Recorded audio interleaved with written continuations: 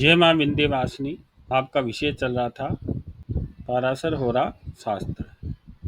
पाराशर होरा शास्त्र में आज आपके चलेगा भाव विवेक अध्याय। तो भाव विवेक अध्याय में पाराशर जी कहते हैं, देहम रूपम च ज्ञानम च वर्णम चेव बलाबलम सुखम दुखम सौभान च लग्न भावा निरीक्षयेत् धन धान्यम कुटुमाश्चैव मृत्युजालममित्रकम धातु रत्नादिकम सर्वम धन स्थान निरीक्षयेत्। अर्थात कह रहे हैं कि शरीर, रूप, ज्ञान, रंग, बलाबल, सुख दुख और व्यक्ति का स्वभाव, ये आपको लगन से इनका विचार करना चाहिए। धन धान्य कुटुंब मृत्यु शत्रु धातु अर्थात संचित धन का द्वितीय भाव से, पराक्रम नौकर भाई, विदेश यात्रा छोटी छोटी यात्रा, व्यक्ति की मेहनत, माता पिता की मृत्यु तीसरे भाव से विचार करना चाहिए।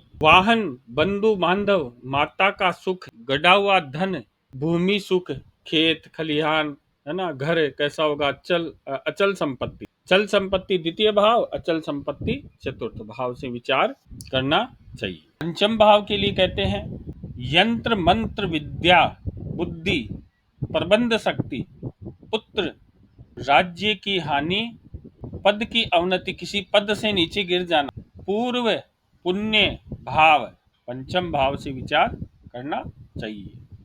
मामा, ऋण रोग शत्रु आतंक डर आशंका चोट लगना और सोत और सास का विचार छठे भाव से करना चाहिए। पाराशर जी कहते हैं स्त्री का विचार, पत्नी का विचार, यात्रा का विचार, व्यापार का विचार, जो आपका धन डूब गया है उसका विचार, कोई भी वस्तु आपकी नष्ट हो गई है, खो गई है, उसका विचार, और अपनी मृत्यु का विचार सप्तम भाव से करना चाहिए। क्योंकि देखिए अष्टम का द्वादश है, तो अष्टम का आयु भाव का हानि भाव है सप्तम भाव, इसलिए मृत्यु भाव। नवम भाव से आपको आयु, युद्ध, शत्रु, डूबा हुआ धन, मृत्यु के बाद की गति आदि का विचार अष्टम भाव से करना चाहिए कि व्यक्ति मृत्यु के बाद व्यक्ति की क्या गति होगी, इसका विचार भी अष्टम भाव से करना चाहिए। भाग्यशाला, है ना, पत्नी के भाई बहन छोटे, धर्म, भाई की पत्नी, तीर्थ यात्रा नवम भाव से विचार करना चाहिए। पिता का विचार भी करना चाहिए नवम भाव से। राज्य, आमदनी, मान सम्मान, पिता, प्रवास, दूसरे जगह में रहना, कर्ज आदि का विचार दसवें भाव से करना चाहिए। और सभी भौतिक वस्तुओं की प्राप्ति, जैसे स्त्री, पुत्र, धन आदि की प्राप्ति, आय, है ना, आदि की वृद्धि, संपत्ति आदि का विचार एकादश भाव से करना चाहिए। खर्च, शत्रुओं से संबंधित बातों का विचार 12वें भाव से करना चाहिए। तो इस प्रकार से किस किस भाव से क्या क्या विचार करना चाहिए ये स्पष्ट हो गया है। आगे पाराशर जी भाव फल का विचार करते हैं। तो कहते हैं यो यो शुभेर युक्तो दृष्टो भावो वा पति दृष्ट युक, अर्थात कहने का अर्थ ये, जिस भाव में उस भाव का स्वामी या शुभ ग्रह बैठा हो अथवा शुभ ग्रहों की दृष्टि हो।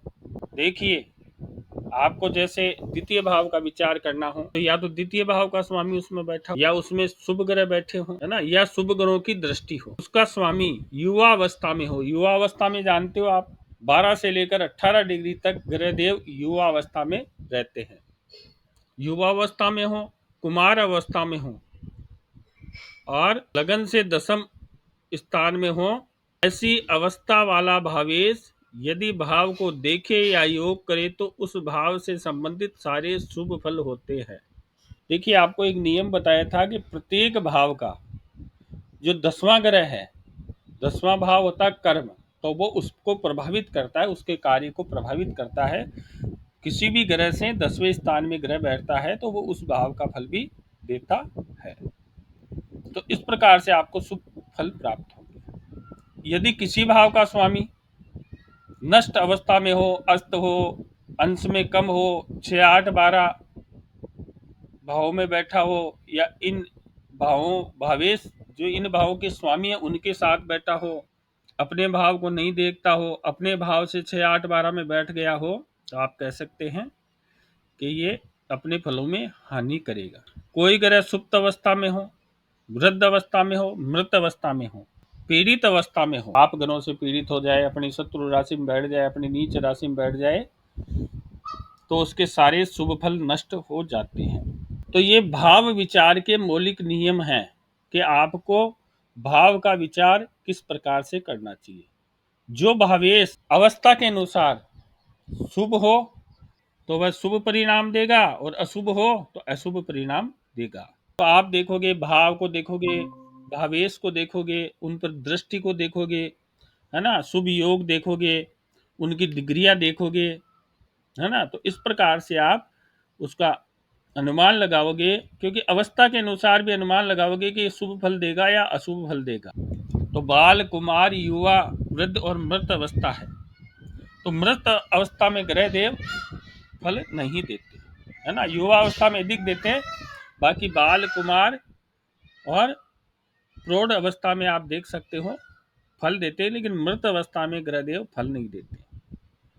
और ये आपको पता है ना, अवस्थाएं विषम राशियों में तो बाल, कुमार, युवा, प्रौढ़ और मृत अवस्था चलती है।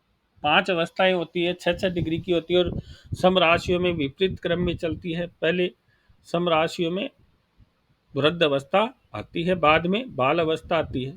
तो इस प्रकार का आपको अवस्था के बारे में बताया गया।